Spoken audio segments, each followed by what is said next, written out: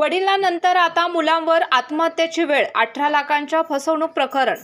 पन्हाळा तालुक्यातील काखे येथील संभाजी विष्णू पाटील यांच्या आत्महत्येला 10 महिने उलटले. मात्र 18 लाखांच्या फसवणूक प्रकरणाचा तपास अद्यापही रखडलेला आहे. न्याय न मिळाल्याने आता कुटुंबियांनीही आत्महत्येचा इशारा दिलाय. 5 सप्टेंबर 2025 रोजी संभाजी पाटील यांनी गळफास घेऊन आत्महत्या केली होती. मुलाला नोकरी लावण्याच्या आमिषाने वाळवा तालुक्यातील शिवाजी बाळकृष्ण अहिरे याने त्यांच्याकडून तब्बल 18 लाख रुपये घेतल्याचा आरोप आहे. ना नोकरी मिळाली ना पैसे परत मिळाले. या धक्क्यातून पाटील यांनी टोकाचे पाऊल उचललं. घटनेला 10 महिने उलटूनही कोडोली पोलिसांकडून ठोस कारवाई झालेली नसल्याचा आरोप कुटुंबियांनी केला आहे.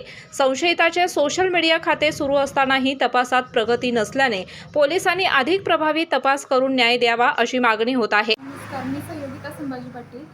माझे वडील श्री संभाजी विष्णू पाटील यांनी आमच्या शेतात गळफास घेऊन आत्महत्या केली. याचं कारण की माझ्या भावाला वन खात्यात नोकरी लावतो म्हणून शिवाजी बाळकृष्ण अहिरे या माणसाने त्यांच्याकडून 18 लाख रुपये घेतले.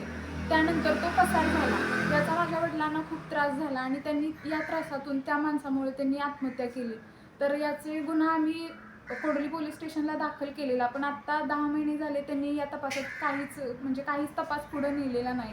आम्हाला आत्ता आम्ही त्यांच्याशी बोललो तर ते फक्त एवढंच म्हणतात की तो त्या माणसांकडून त्यांना जे 18 लाख रुपये दिलेले त्या माणसाला, ते आम्ही माणसांकडून घेऊन दिलेले, नातेवाईकांकडून वगैरे आम्ही घेऊन त्याला दिलेले. आणि ते आत्ता आम्ही आमचं दुसरं शेत विकून त्या माणसाला आम्ही ते पैसे ज्यांच्याकडून आम्ही पैसे घेतलेले त्यांना ते पैसे परत केले.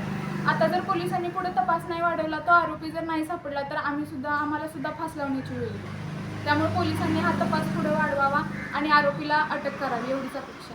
दागिने नात्यांचा आणि परंपरेचा उत्सव असतो. दागिन्यांच्या पारंपरिक आणि आधुनिक कलाकुसरीच्या शेकडो आकर्षक डिझाईन्स एकाच ठिकाणी.